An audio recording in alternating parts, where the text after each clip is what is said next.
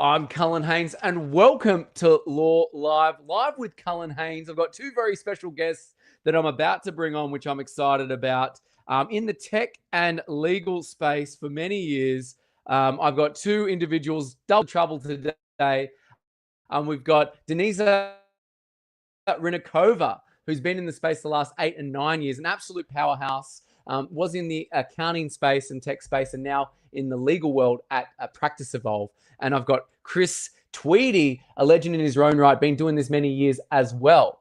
So could you please make very welcome both Denisa and Chris? And we're going to be talking about all things evolving law, automation, and evolution. Let's bring on Denisa. Here we go. Here's Denisa. And Chris, how are you both? Hi, very good. Thank you for having me. Hi, Cullen. Very well, thanks. That's okay, Denisa. Good to have you too, Chris. I want to put it to the floor. Denisa, Chris, what's happening in your respective worlds at PracticeEvolve at the moment? Do you want to start, Chris? Yes, okay, happily. I suppose in the world of PracticeEvolve, it is exactly as the name suggests. You know, we busy ourselves with helping our clients and prospective customers help their practice further service the needs of their clients using the most effective technology available. So you can imagine that keeps us pretty busy. On a personal level, thinking about getting some sandbags with the cyclone coming in. Oh my gosh. into Brisbane where I am, but hopefully when I get to watch this back, it would have been all for nothing. We'll see. Hopefully a storm in a teacup, as it were. Fingers crossed. And what about you, Denisa? Yeah. So what Chris said, so we are, always evolving. That's what the name suggests. And now we're quite focusing on the AI in the legal tech world. It seems to be always the topic at different conferences. So, just not to be different in this in this podcast. But yes, so advancing technology and really helping lawyers out there to be more efficient, to spend less time on mundane tasks, and to just always striving to bring something new into the legal industry. I love that. I think that's fantastic. Well, that's the buzzword du jour at the moment, AI. We were talking offline that I saw, everything's got AI in it now. Everything's been advertised with AI. And I think I even joked around. I saw a toaster being advertised with AI. Chris was saying there's a washing machine now. Like, do you think that it is going to wear out, this whole AI? Do you think it's a fad, or do you think it's here to stay? It's going to change and revolutionize everything? Oh, that's a really good Denisa, question. Start us off. I'd love to get your thoughts. Yeah, thank you. I got that question like 6 years ago when I worked for an accounting software. At that time, nobody knew what AI was, but everybody knew it was coming. Now it's here. I do not think it's a fad. I actually think it's good. It's the thing of the future, because it just keeps learning. So the more it learns, the more it knows. So I do not think it will fade away. I just think it will get even stronger and stronger. We just have to be careful what we do with it and use it in the right way. Fantastic. And your thoughts as well, Chris? Yeah, I'd have to agree with that. I think, absolutely, is there fatigue? First off, yes, I think everyone is exhausted on some level in terms of talking about that.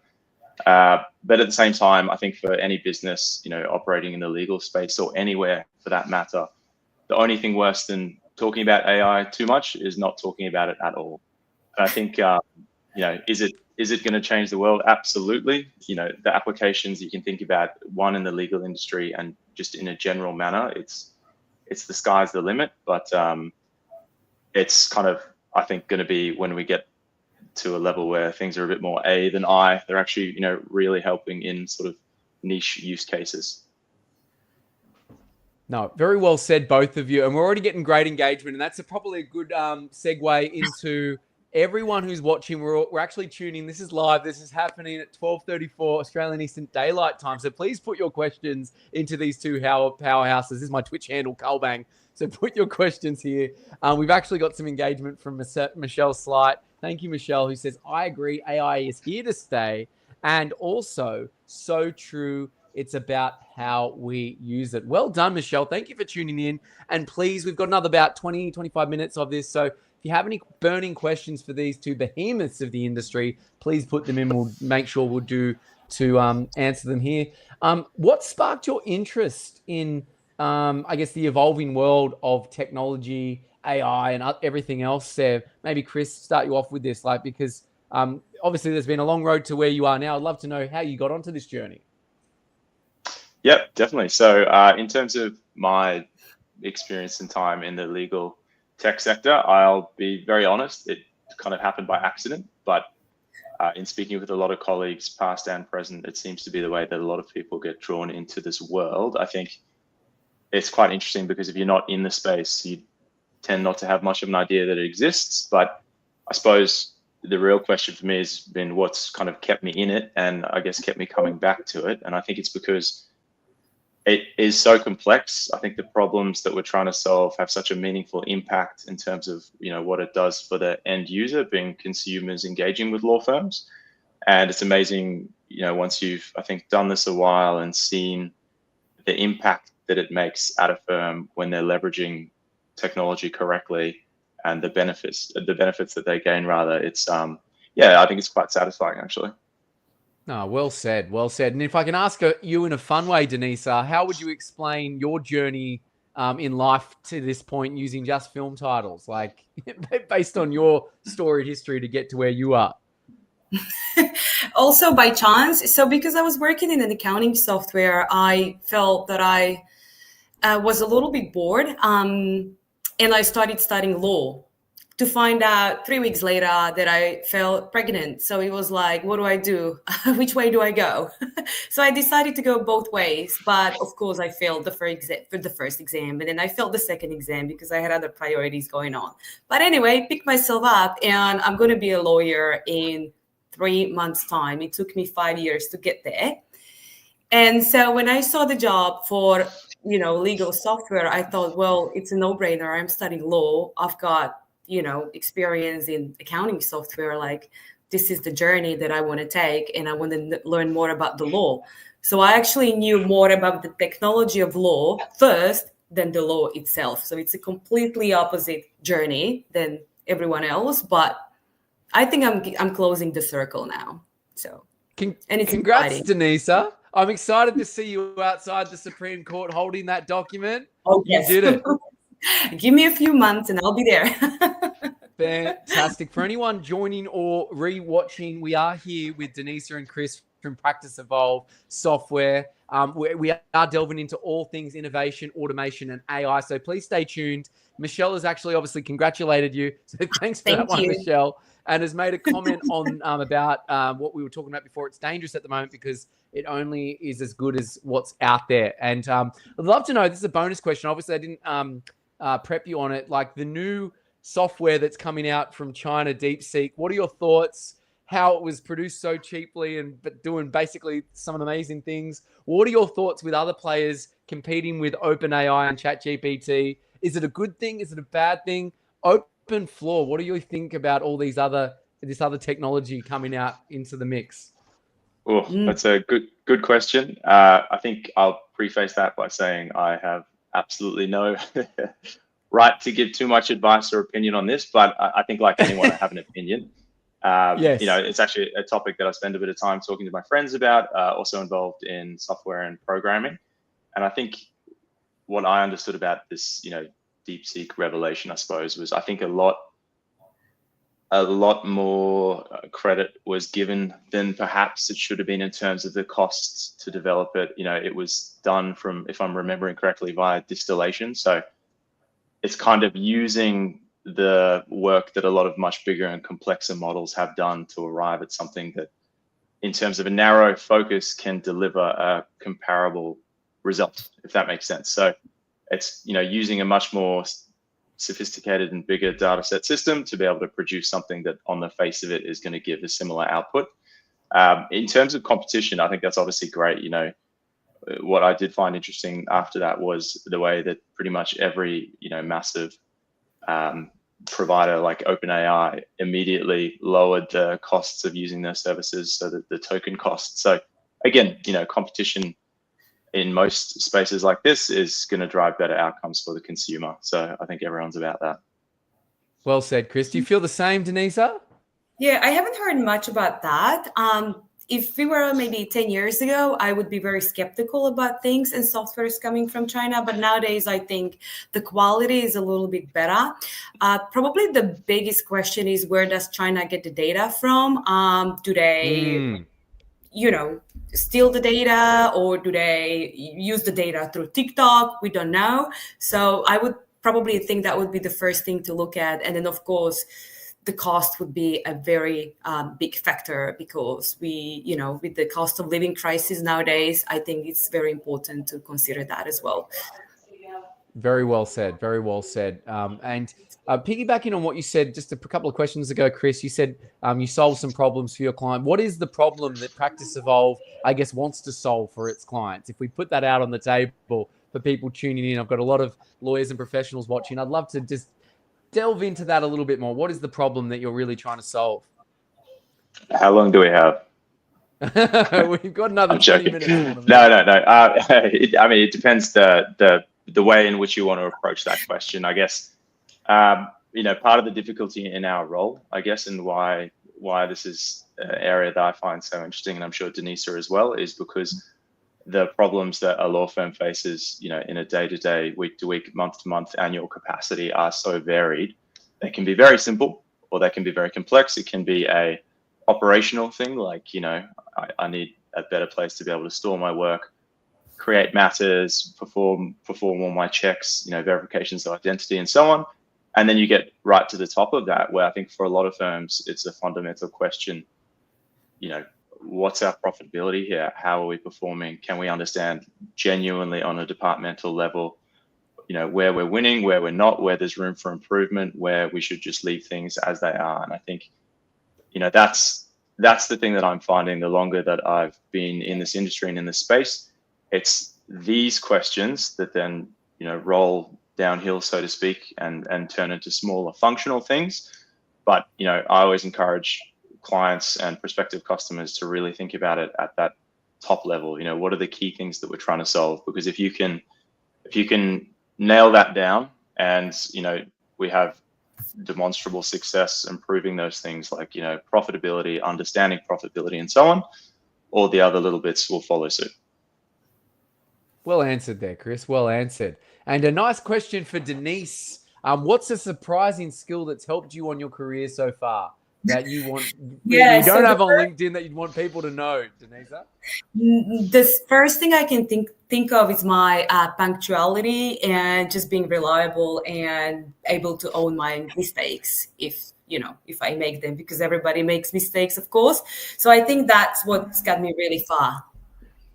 And it's probably also not very normal to be so punctual, but I know I'm like 99%. Very, very punctual. So very good. Very good. So you'll always be on time at a coffee meeting, stream. Very good. You'll never leave anyone hanging. Yes. I like that, Denisa. That's awesome. For both of you, like, obviously what you do can be quite stressful at times. You're dealing with lots of clients, lots of big problems.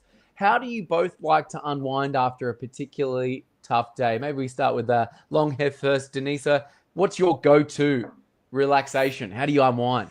Well, because I have a child, so I feel like after my work, it's a second shift, but maybe after 8 o'clock, once my daughter goes to bed, you know what? I just sit on the couch. I don't want to watch television. I don't want to listen to the radio. I just want the quiet, and maybe make a phone call to my best friend or to my mom and just have a chat. Just have a chat. Just kind of, even though you're in technology, don't utilize it when you're relaxing. Try to detach from technology. I reduce my time also on social media, and it's just having a chat to somebody that I really like. Good one. What about you, Chris? Have you got any little things that you like to do? Yeah, I do. So I think if you'd asked me that question 5 or 6 years ago, I was living in the UK at the time, I probably would have said that it began and ended at the pub, like most people in their mid to late 20s, I suppose. But of course, it's been an interesting change for me. I think since COVID, it became definitely more exercise focused. So, for me now, if it's a particularly arduous day, it's a long run. And then, I have to say I've got 2 young kids myself. So I feel like there's a strong correlation. The more children, the longer the runs get. I can definitely agree that the second shift thing is real. I think in a professional sense, there's not much that scares me anymore, but I certainly wouldn't change that either. No, well said to both of you, because I've got two little ones, 2 under 2, and you know, it is. You get home and there's a second shift happening. And in the running thing, I highly recommend getting out and just getting into nature. And I actually take the little one with me as well, Chris. So we went to the cemetery this morning and went on a 3-miler. So yeah, good thing that you do the same thing to clear the mind. I need to get one of those prams. That's right. I should bring them with. That's okay. That's okay. And any passion projects that you're able to share with us that's happening right now that is on the horizon, or any events you want to call out, probably is a better question as well. Yeah. So I think, you know, in the professional sense, I'm really excited at the moment. I know we spoke about it previously. There's quite a lot going on behind the scenes at PracticeEvolve. Not quite in a position to bring that to market just yet, I suppose, but that's okay. You know, that's both professionally and personally been an area of development and interest. And I think in terms of, you know, the focus for us, we spoke about that earlier as well, but we regularly provide our Intel series of webinars. So I know there's another one coming up on the 20th of March. I popped over some details, but that would probably be it. Yeah. Perfect. I'll put that in the show notes as well. The 20th of March, put that in your diaries, everyone. We are still going live, so there's still another 10 minutes to put some questions in. We've got a few people streaming in on all the different platforms, which is great. And this is a good question. Might go with Denisa. Where do you see the legal and tech profession in the next 10 years? I know the crystal ball is broken, but what does Denisa think about this one? Where are we heading? I think we are heading, it's not going to change a lot because I still believe it's a very conservative industry per se. I just think there will be a lot more lawyers doing things a lot more quickly. And that's a good thing and the bad thing, because clients may benefit from probably less or lower legal bills, but at the same time, they might not benefit from that. It's, you know, if a lawyer spends a minute on a task that normally takes 10 minutes, will the client know about it, or will the client still be paying for 10 minutes of that work? So in the end, I think it's up to lawyers and the legal professionals to use the technology in the right way, but also in the way that it will benefit the clients as well. Because I was a client, so I was on the other side of the river, and I felt that pain of legal bills. And I hope the technology in the next 10 years will help both parties. At the same time, I think there will be a lot more lawyers out there because a lot of young people are studying law, and I can also see a lot more female studying law as well. So it's exciting. There's a lot of changes, which is very exciting. Good coaching insights there, Denisa. Anything you'd like to add or piggyback on, Chris?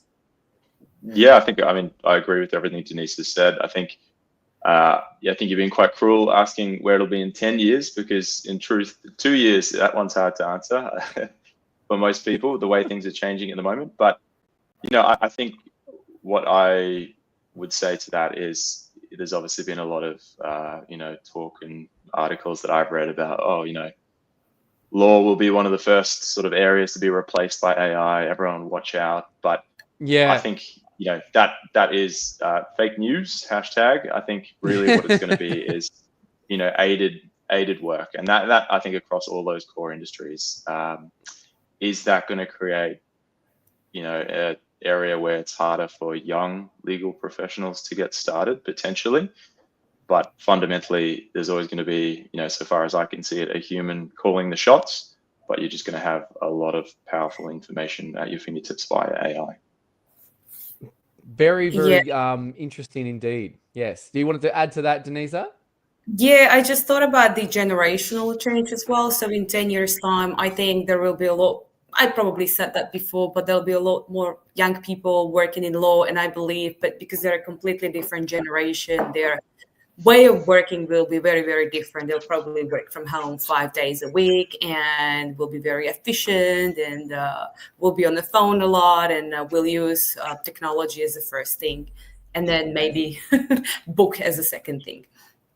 I love that. So two things I want to call out on that. So you think it's not going to replace lawyers? We're making that very clear. AI is not replacing lawyers. Is that the consensus? No, yes, it is. And the second thing, yeah. And on the work from home thing, because I'm reading the AFR, everyone's saying everyone needs to be back at work. One manager says if you're working from home, your job can either be outsourced or automated.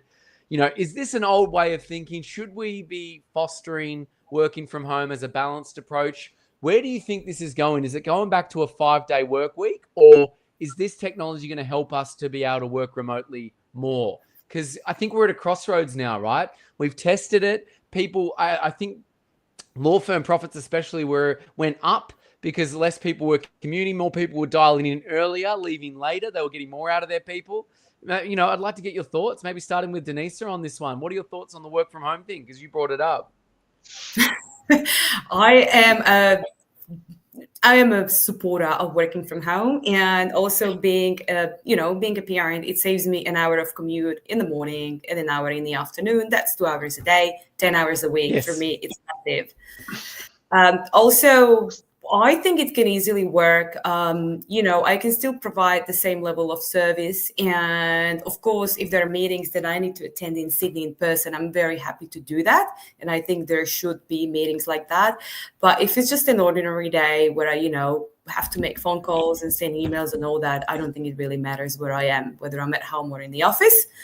But I think there should be a balance, maybe 1 day, 2 days, maybe even 3 days in the office, just to also have a chat to colleagues and see how they're doing, whether they're doing well, and just have a chat. I think that's really nice. I do not believe that going back to the office for 5 days a week is going to help in any way.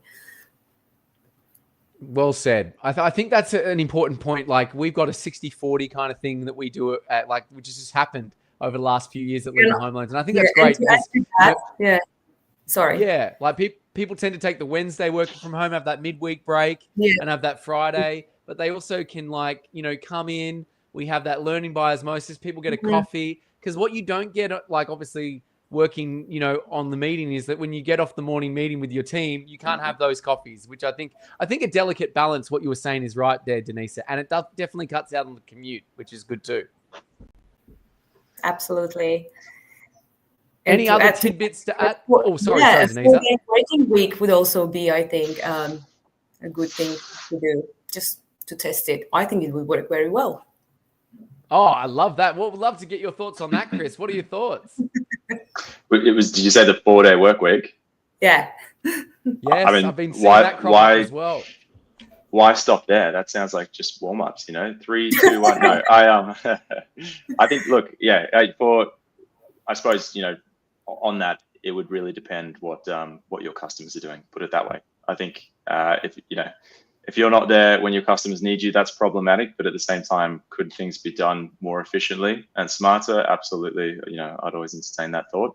I think, there's not too much I could say that you haven't in terms of that balance from working from a home in the office. But I think what it does say, when a business enables their staff to do that, it demonstrates a level of trust, which, in my experience, that's normally returned by the employee. And I know, we're very lucky at PE, for what it's worth, to be able to have such a flexible way of working. Again, completely agree, that kind of swivel chair conversation, that makes a huge difference cumulatively over time in terms of being able to get to a speedy resolution, sharing knowledge within the business. So, it can be very dangerous when there's no physical, I guess, proximity in that way. Things do get missed.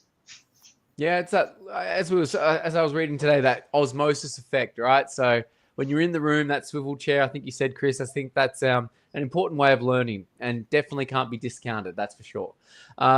Making it a little bit fun in terms of the most unusual client requests, maybe give an anonymous one. Is there any unusual anecdotes or things that have happened in your wonderful history working in legal tech that's happened to either of you that you might want to share?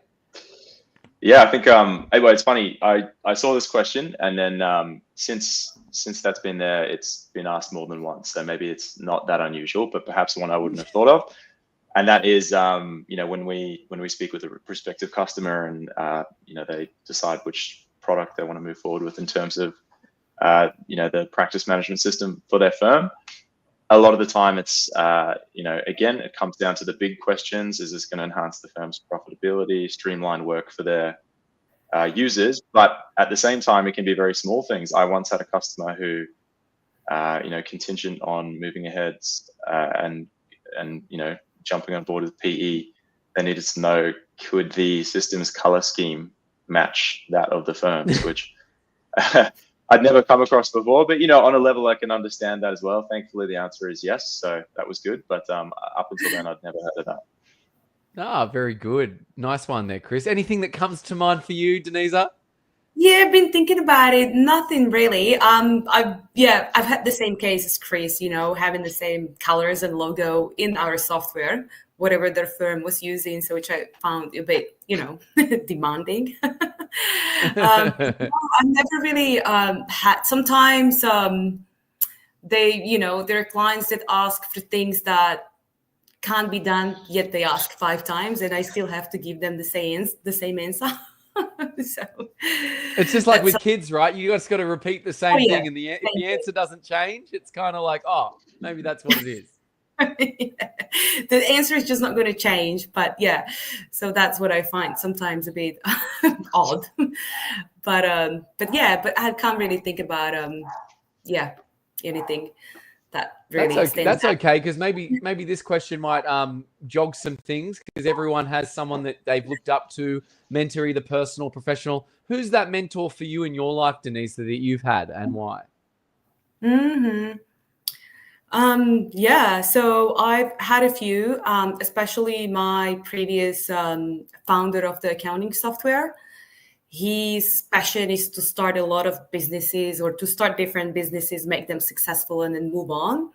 And those businesses can be from software to like mental health clinic, completely different businesses, and he seems to do always well.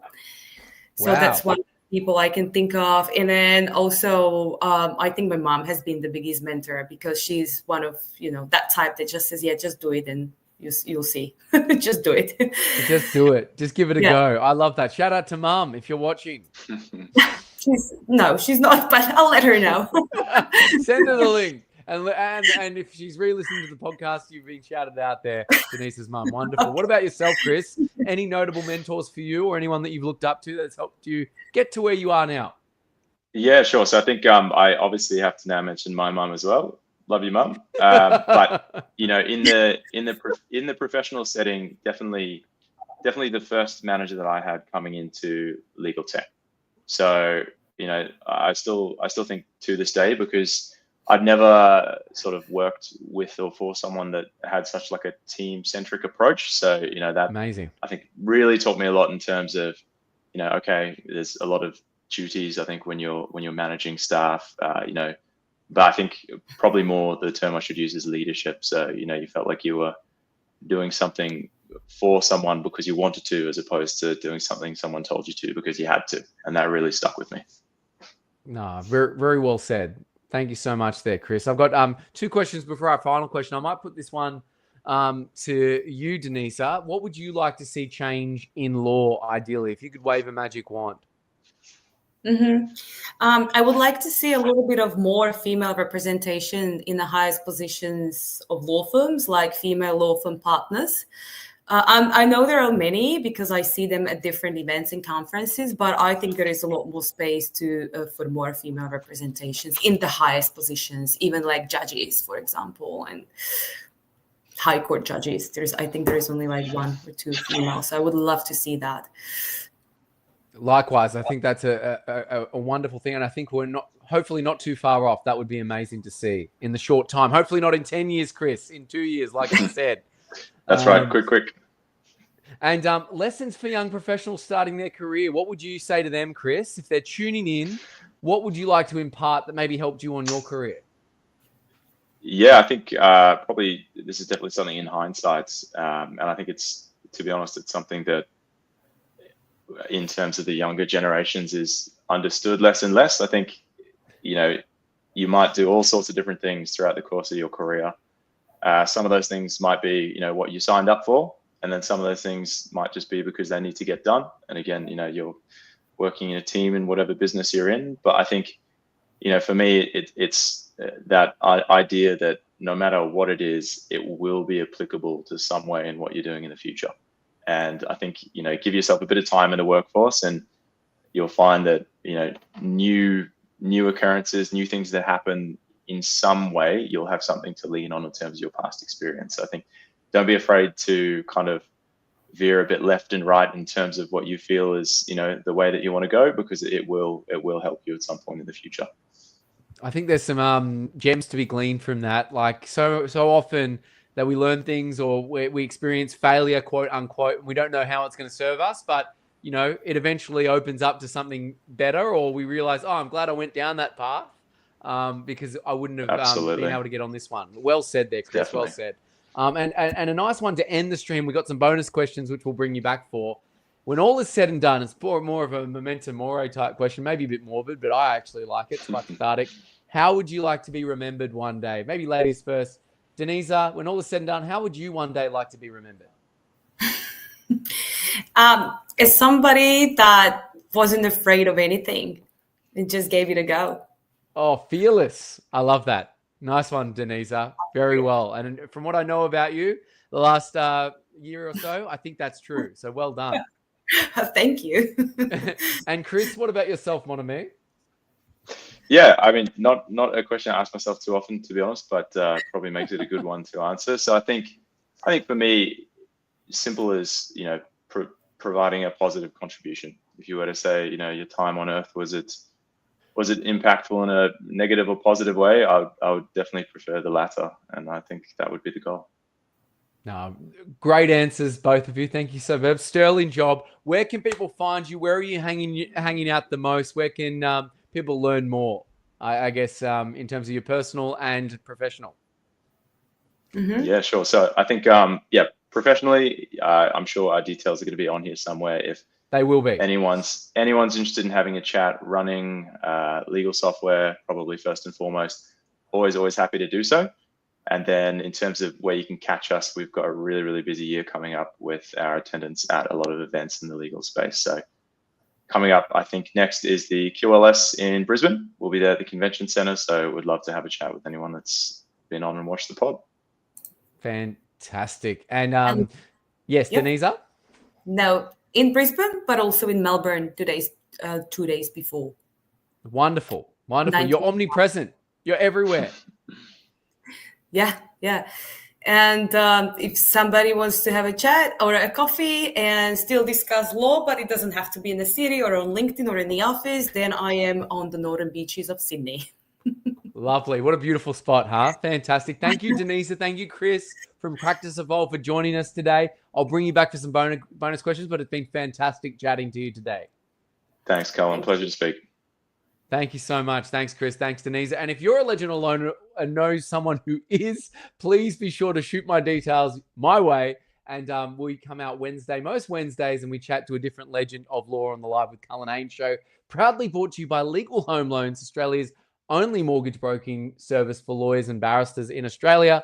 And also The Laws Are Linked In, my new book out on Amazon, #1 bestseller. Be sure, if you're not against it, to maybe pick it up and learn a few things. 23 laws to help you win big on the platform. Just a little humble plug there. But nonetheless, it's been great to have you all in here. Thank you for joining. All the best. We'll upload this to where you get your podcasts. Bye for now, everyone. Take care.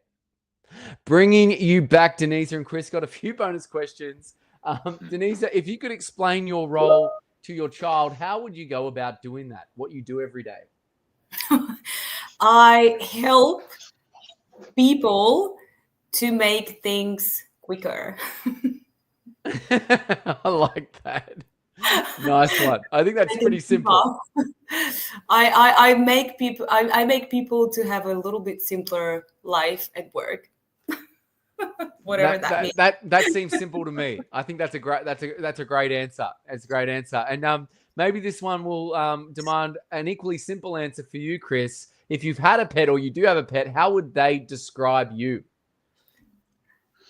Yeah, that's a good one. I think we have a dog. She's almost 5. And I think she would, I mean, you know, dogs will put up with anything. So she'd probably say I'm the greatest person ever. But if she was being critical, she'd probably say well-meaning, but fickle in terms of the runs and walks that she's getting. Yeah. Nice one. I think that's fantastic. And both a question for both of you. Maybe Chris will start with you and then we'll end with Denisa. If you could go back in time and give yourself advice at any age, what age would you be and what would the advice you'd give yourself be?